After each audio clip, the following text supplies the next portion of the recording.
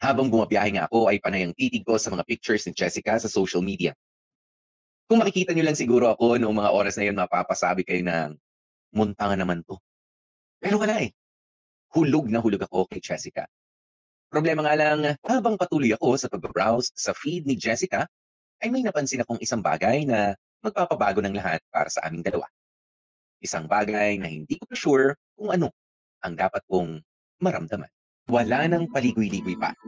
Habang nagbabrowse ako ng mga pictures at past posts ni Jessica, nakita ko yung mga lumang photos niya. Noong una medyo natuwa ako kasi, uy, puro boy cut ang hairstyle itong si Jessica. Kaso habang tumatagal, mas lalong nagsisink in sa akin na si Jessica ay Jessie pala dati.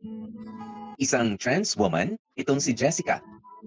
Tinatanong ko ang mga tropa ko na kakilalang ilang teammate ni Jessica. At kinonfirm nga nila sa akin ang mga hinala. Natigilan talaga ako.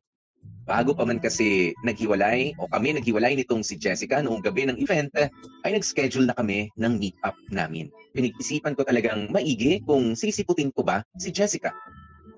Don't get me wrong, hindi naman ako homophobic. Kinakabahan lang ako kasi hindi ko alam kung paano ang ikikilos ko kapag kaharap ko na si Jessica.